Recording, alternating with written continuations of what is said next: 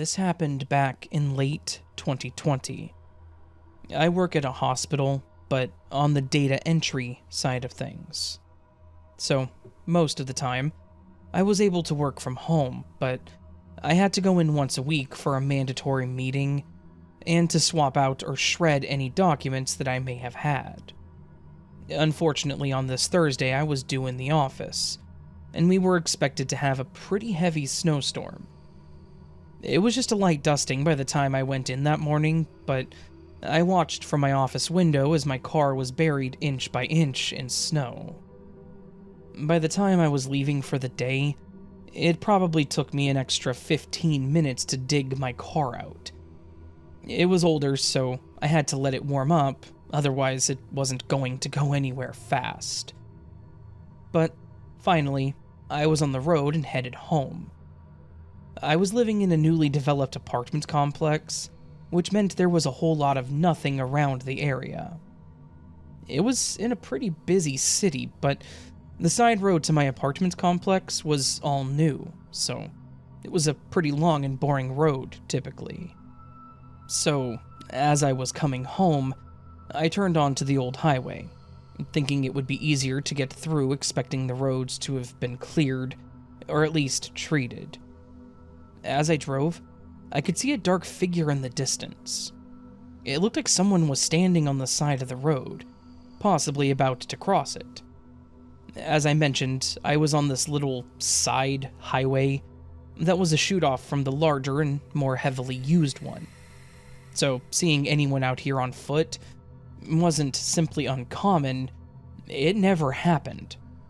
Especially not in these kinds of snowstorms. So I slowed down, just in case they tried to cross in front of me. Visibility was down, so I didn't want to risk them not seeing me either. But as I got closer, it looked like the person wasn't moving, and I would soon learn why.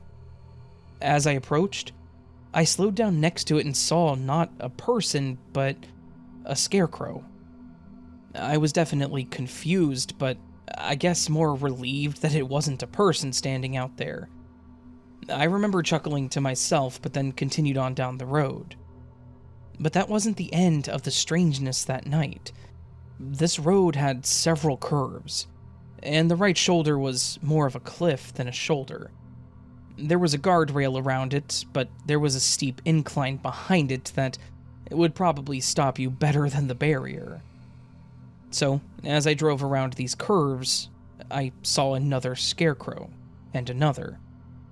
I probably saw one around every curve, and it made no sense. This happened in December.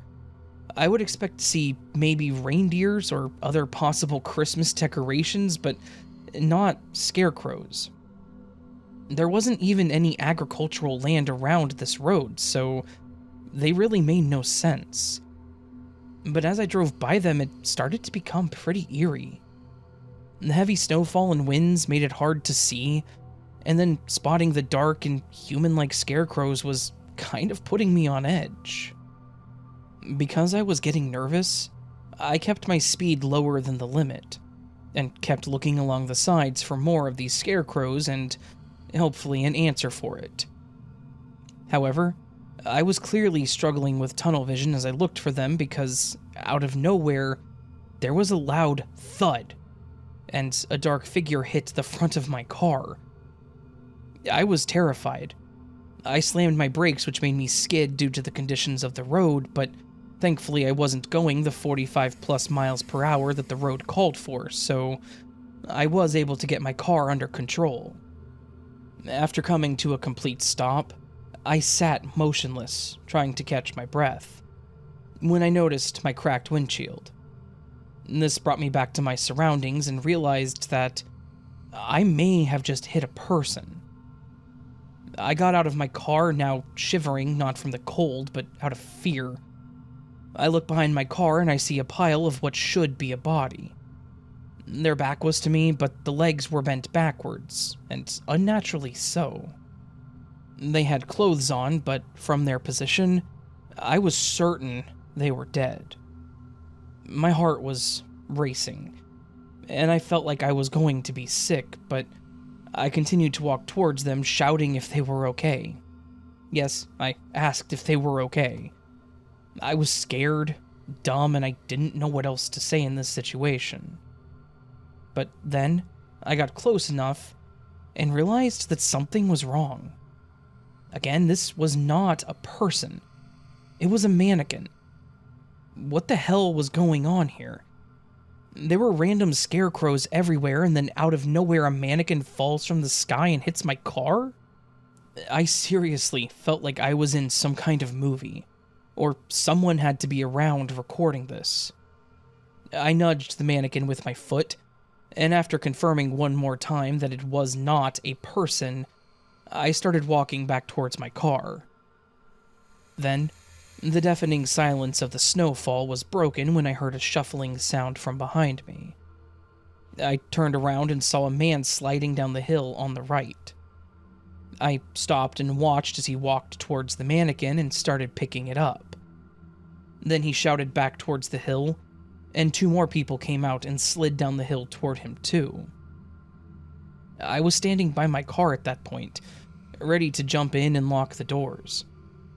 I started to fear that this was some kind of setup that I'd heard about online, where someone pretends to get hit by your car, or maybe they claim they're broken down on the side of the road, and when you pull over, more people come out and try to rob you or something.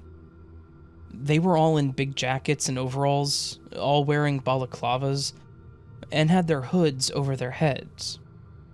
I wouldn't even be able to give a description, so I was prepared to get in my car and just call 911. But I couldn't help but watch as the 3 of them started picking up the mannequin that was now in pieces under the clothes. The first guy then stopped to wave at me and said, "Sorry about that. We're just trying to have a little fun."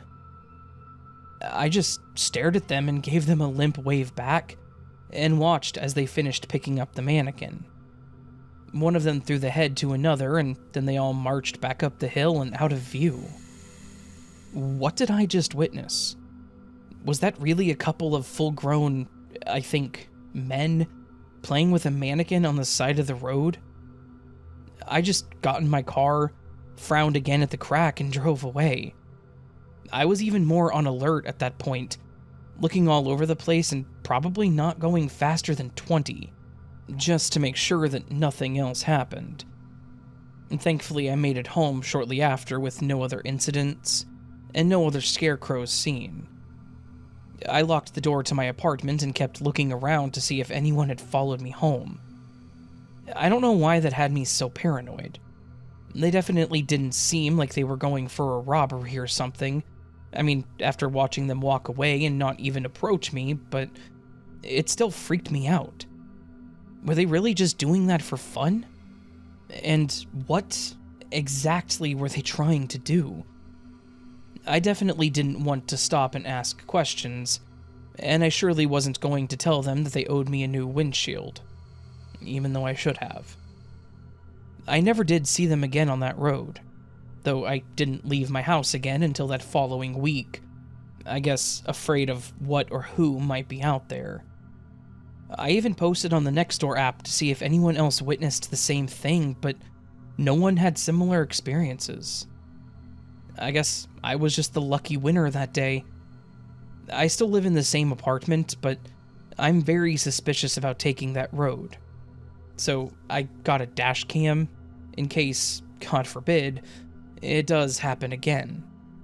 However, it seems like it was just a one-off thing, and their one-off day of fun has forever triggered a near panic attack any time I am on that road.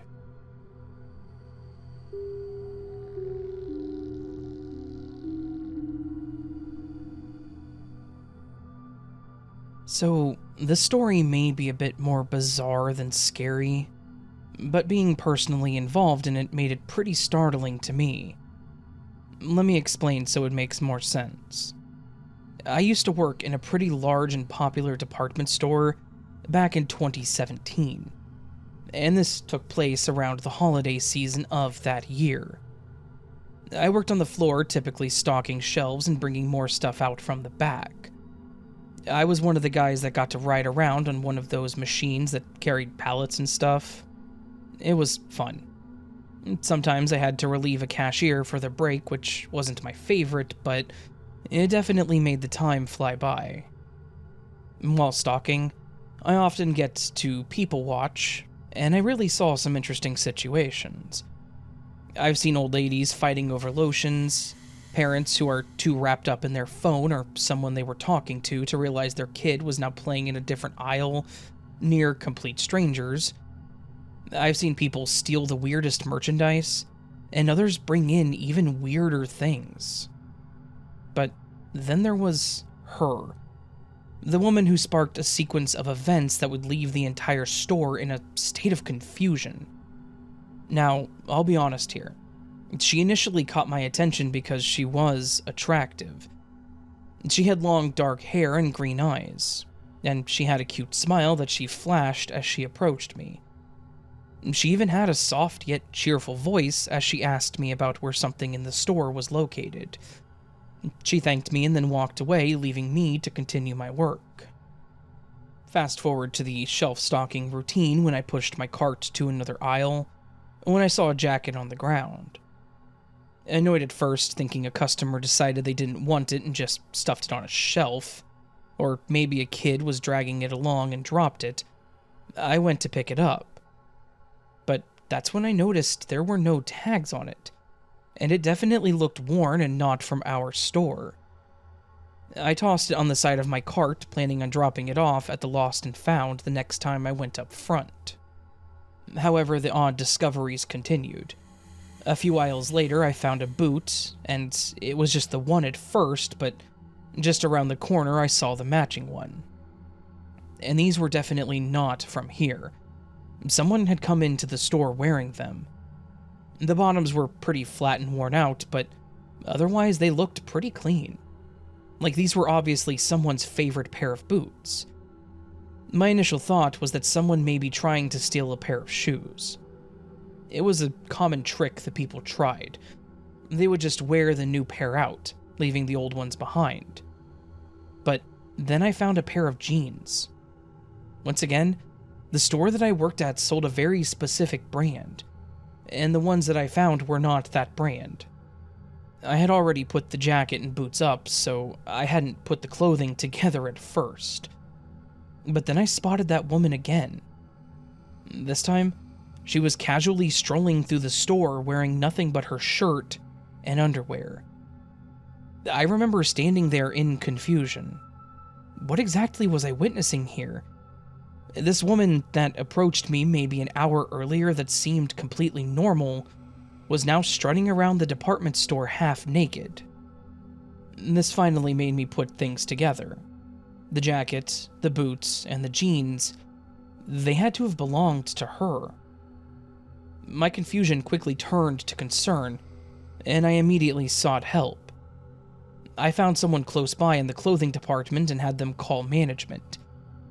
Being a male, I figured it would be better for a female to approach her due to her current state, which is why I didn't. I didn't know if something happened, if she was under the influence or something, but I didn't want to make things worse. I escorted my coworker to where I saw her, but unfortunately she was gone. They said that they would walk into the others to keep an eye out for her, and I just went back to work, hoping to not find any more clothing. Alas, it wouldn't be so simple. A little while later, I would find her shirt, a shirt that I knew was hers based on the pattern that I specifically remembered. Now we have a woman walking around the store in only her undergarments, and yet we could not find her. Everyone with the walkie knew this woman existed, and I can't believe that not a single customer would report it either. This could get dangerous. If someone, God forbid, had not so good thoughts, or even if she left the store. It was freezing up here. Our winters are harsh and unforgiving in the north. She could easily die from hypothermia, if she had gone out there. I once again reported my findings, and they said that they were actually going to put someone at the doors to look for her too. It was about time for me to go to break, and I definitely felt like I deserved one at this point, so I made my way to the back area when I found something else alarming. A single pair of lone underwear staring back at me right at the employee-only door. I wish that I could have thought that maybe it once again was dragged from somewhere, but no. Given the circumstances, I knew what I was looking at. I ran over to the manager's office to let them know, who also went to look at the discovery. The manager did something that we don't often have to do. We locked the store down, and the manager called it in over the walkie. Everyone was on alert, looking for this woman who we pretty much were treating like a missing child at this point. It was kind of crazy. It had to be about 15 minutes into this when there was some commotion towards the back of the store, and we saw a grown man nearly running away from the restrooms. One of the female managers that was in the back checked it out, and based on what the guy had said, it had to be the woman that we were looking for. He said that he went into the men's restroom and saw a nearly naked woman in there, and that she had started screaming at him to get out. The manager went in and found her trying to climb over one of the stalls that were clearly open and unlocked.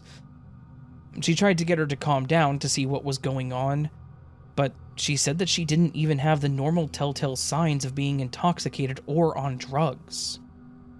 We gave her her clothes back, to which she seemed indifferent about them, until the cops showed up and told her to put them on because it was cold outside. While she was nearly nude in the store, there were no charges pressed as far as I was aware, and she wasn't arrested. They actually tried to help her get home. I never saw her again, and we never got answers to what the hell that was. I know that this wasn't exactly scary, but it was definitely one of the strangest experiences I have ever had. There were definitely some scary things that could have happened, but I'm glad that none of them did. And wherever she is, I hope she's doing okay, and staying dressed whenever she goes shopping.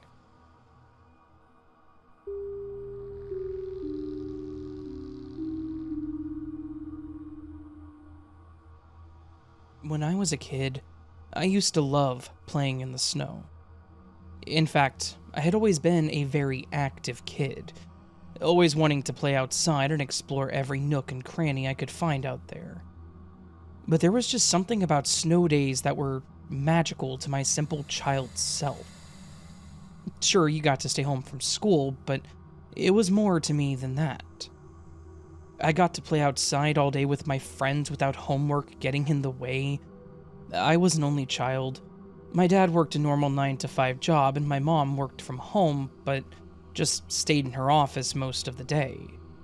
So if I had a snow day or some random unexpected day off, I basically had to leave her alone until we had lunch or something.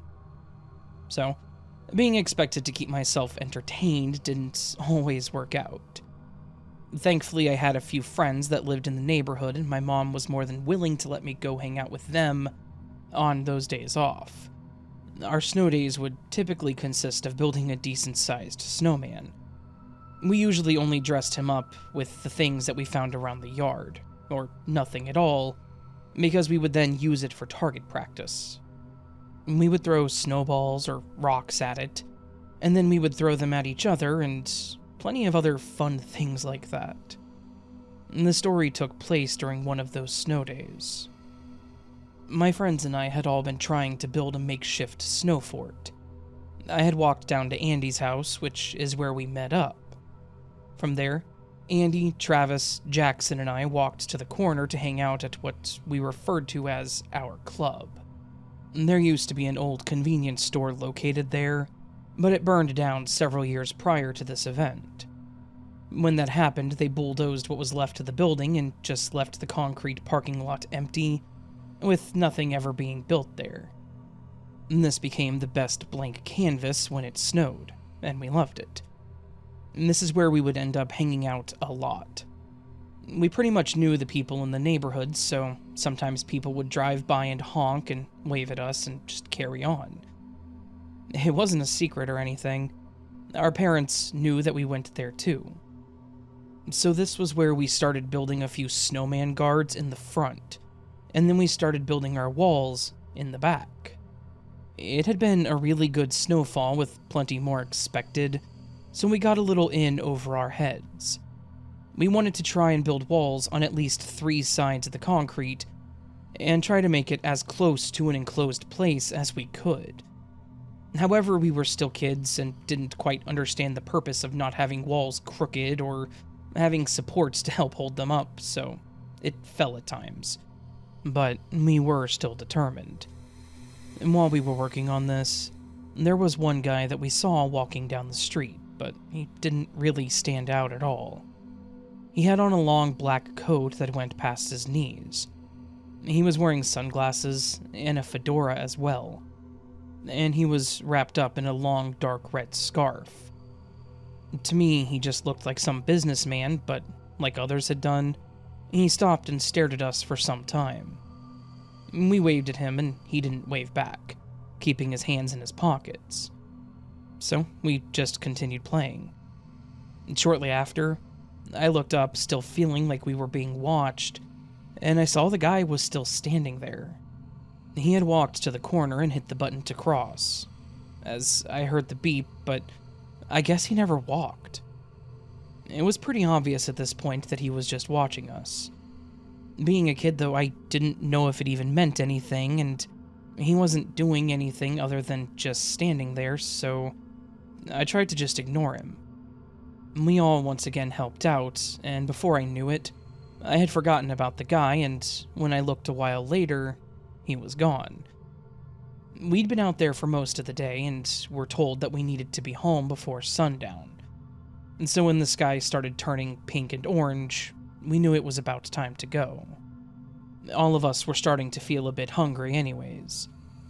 We began our trek back home, but right before we got to Andy's house, I realized I left my gloves back at the fort.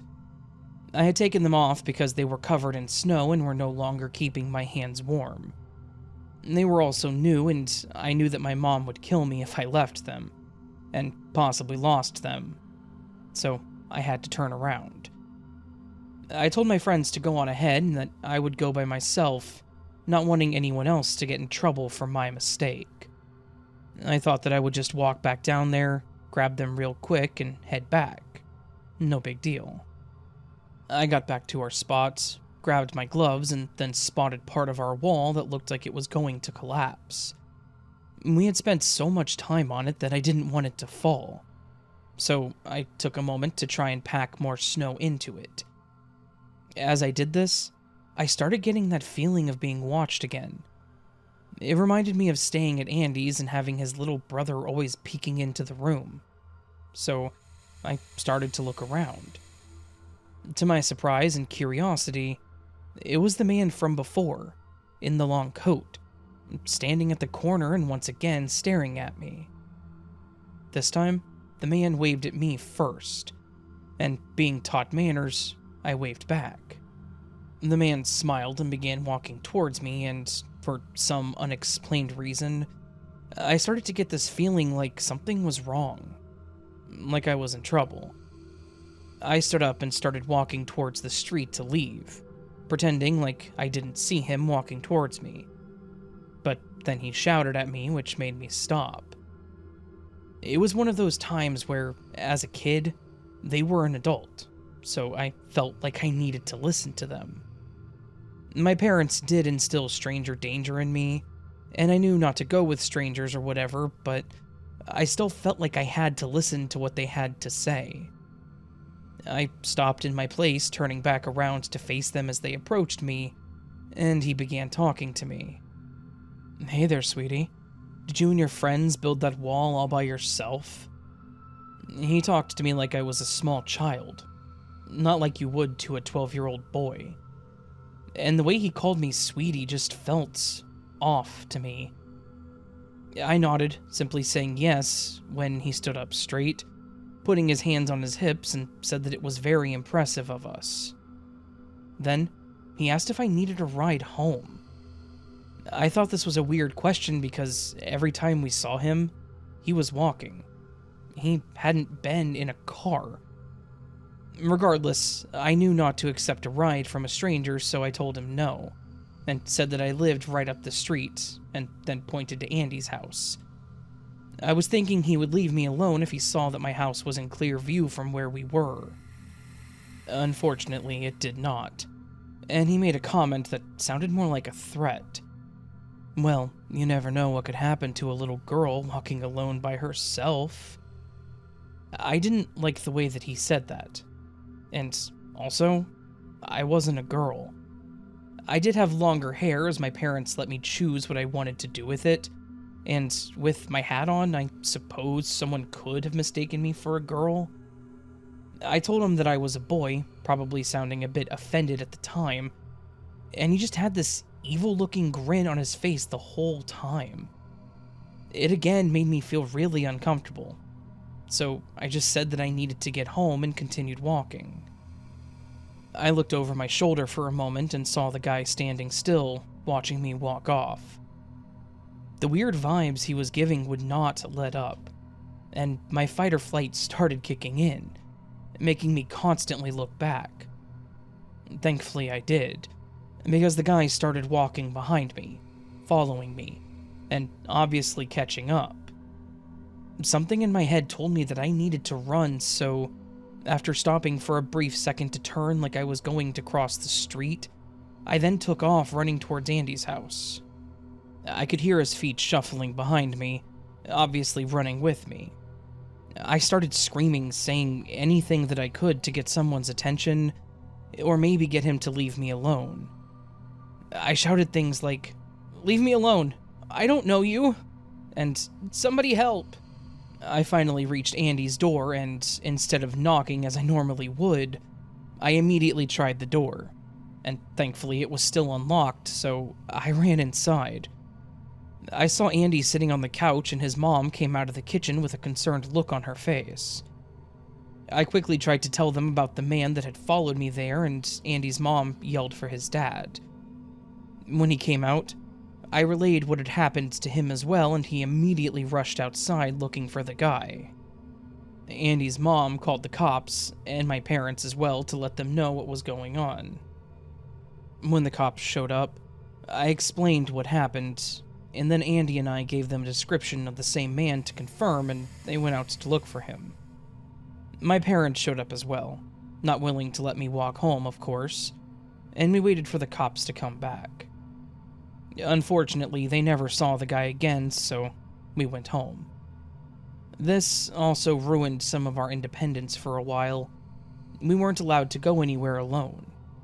We weren't allowed to go down to our little spot, and I wasn't allowed to walk to Andy's for a long time. They would drop me off and pick me up, or only allow me to walk if there was someone with me, like if all of us boys were together.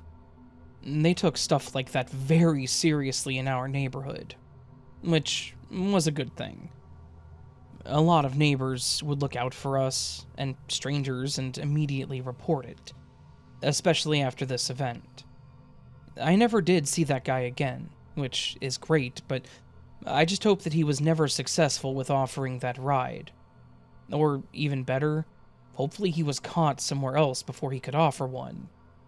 That man emanated evil, and I could tell that there was nothing good to come out of that situation.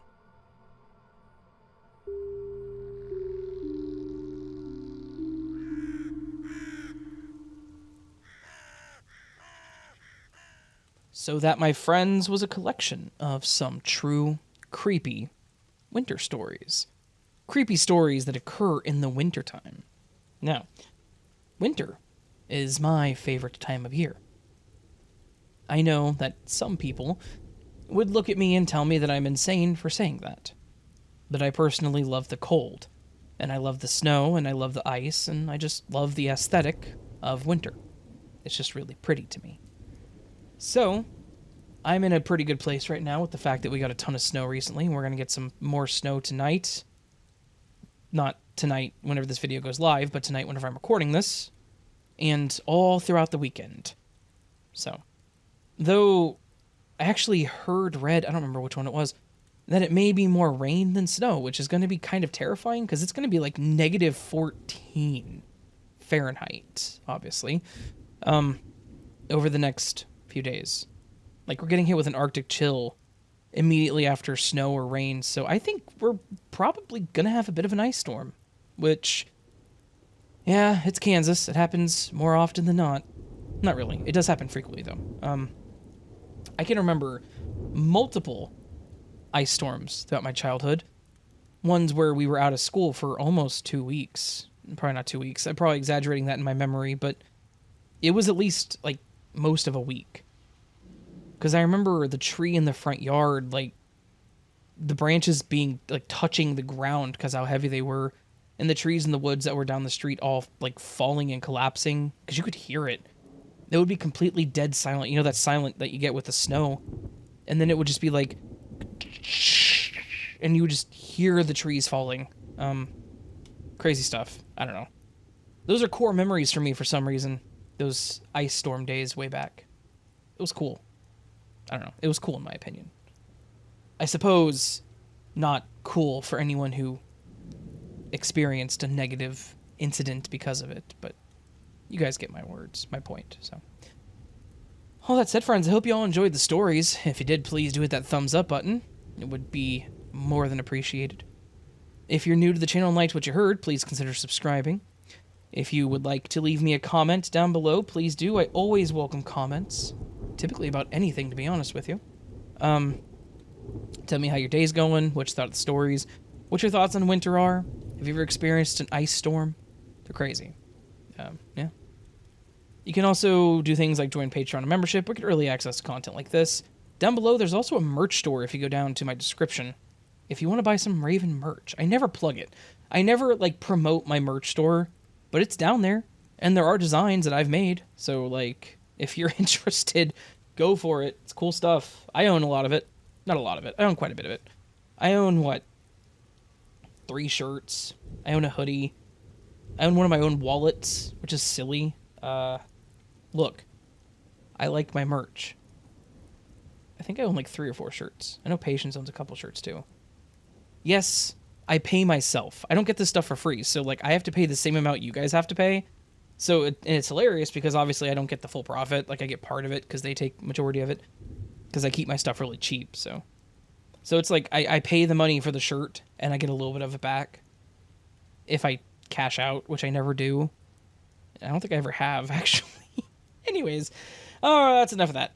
I hope you're all having a beautiful day. Hope I do see you again here soon. Hope you guys have a great weekend. And until I see you again, remember you are loved, you are valid, you are important, you're the best you that you can be. Do not forget it, and don't let anyone tell you otherwise. And until next time, my friends, much love, and sleep well.